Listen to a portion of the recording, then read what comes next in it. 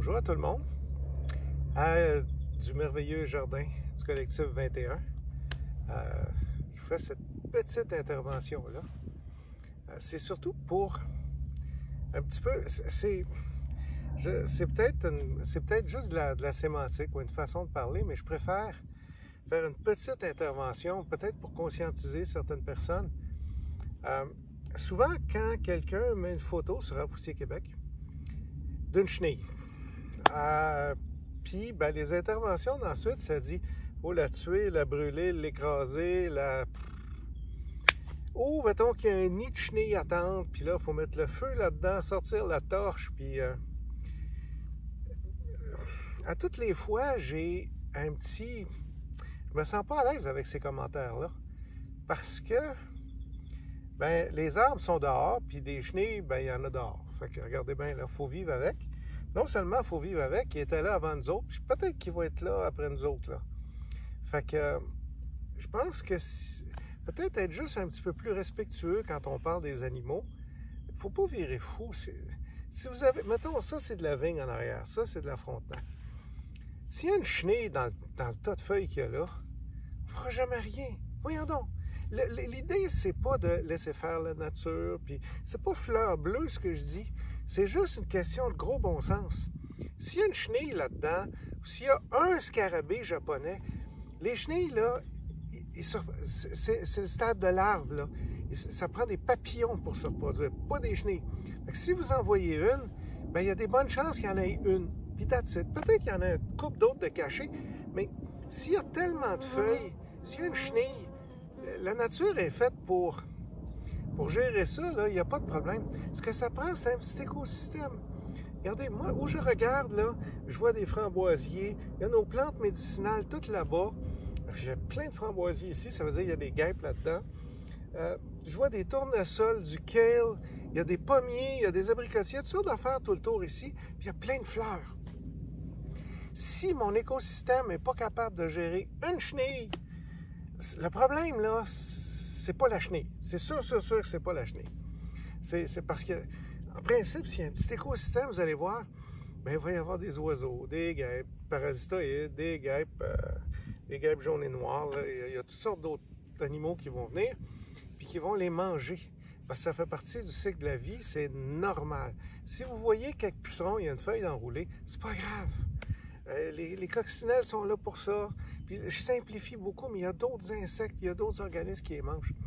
Puis si vous avez un nid de chenilles à tente, mettons, il y a 50 chenilles, OK, dans le nid, 50. Traditionnellement, ils prenaient une allumette, mettaient le feu, puis bon, le nid flambait.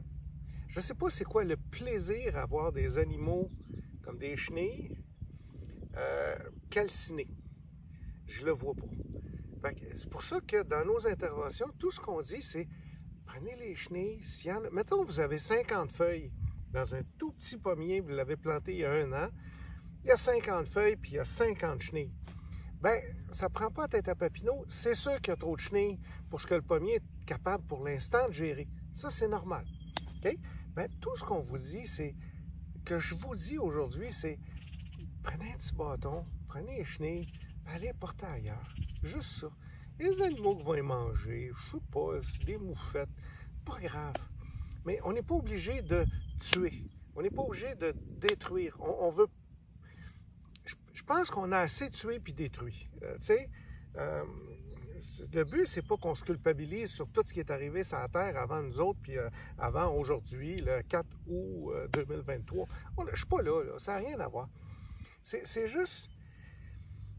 Il me semble qu'on devrait être plus, tu sais, si on voit une fourmi, il faut l'écraser. Si on voit une chenille, il faut la faire brûler. Si on voit un rouge-gorge qui mange nos fraises, il faut tuer le rouge-gorge. Voilà, non.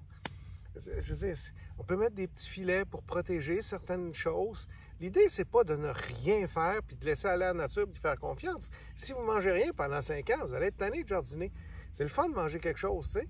Mais c'est pas la chenille, le puceron, c'est pas c'est pas le rouge-gorge, c'est pas eux autres le problème. C'est sûr que c'est pas eux autres. Eux autres sont dehors, puis c'est correct.